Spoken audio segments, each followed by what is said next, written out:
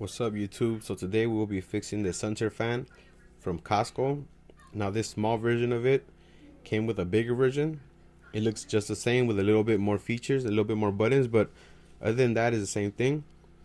So you're gonna go ahead and unscrew 4 Phillips screws from the back. I'm gonna go ahead and fast forward it just so you guys won't get bored of watching me unscrew it. Next thing you're gonna do is just pop off the back. And you're gonna just stand it up and pop off the front as well. You don't have to unscrew anything else. So it just comes right off like that, as you can see. Once we have that finished, we can go ahead and get started on disassembling the rest of the fan. So inside the fan, there's a nut that you have to unscrew. The little trick with this nut is that usually you go counterclockwise, but with this nut, you have to go clockwise. Once you have that nut removed, you're gonna go ahead and just pull the blade off,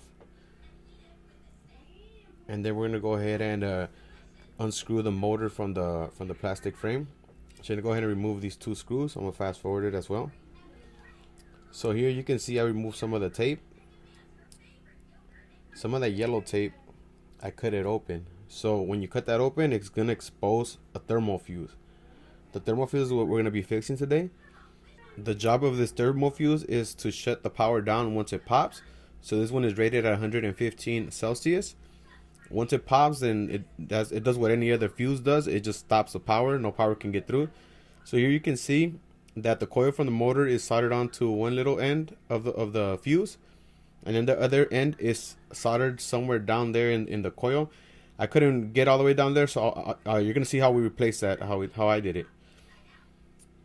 So first thing you're gonna do is you're gonna go ahead and unsolder the wire. You can just cut it off. You have to retain the magnetic wire, so I didn't want to do all that, so I just soldered it.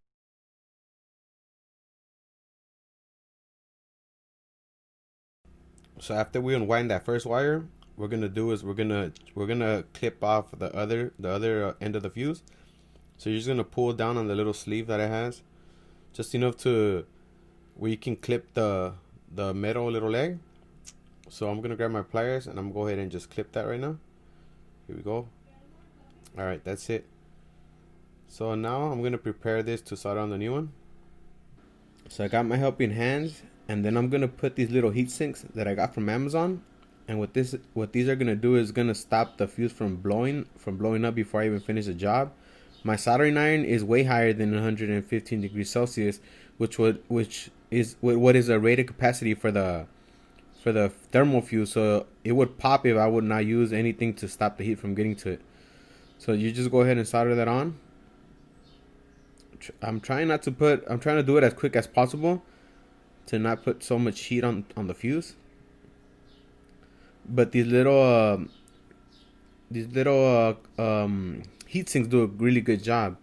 So here you can see the finished product from that little leg. So I'm using the multimeter to check for continuity, and they are beeping, so we know that we haven't blown the fuse yet, so we can continue. So now you just grab the other wire that we unsoldered, and we're just gonna wrap it around the leg. And once again, here's a close-up of what it looks like.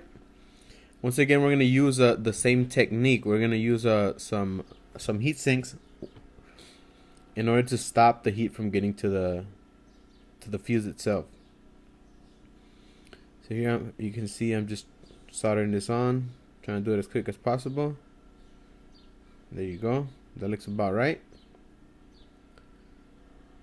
So once again, we're going to test for continuity. So we're going to check the leg in the bottom, check the leg on the top. You're still beeping, so we're good to go.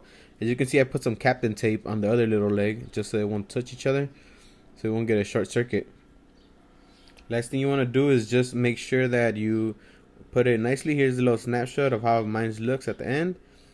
And then here's at the end, I just put some Captain tape over the yellow part that I ripped. And here goes the fan in its full glory, working again. I hope you guys liked this video. I hope it helped you guys out.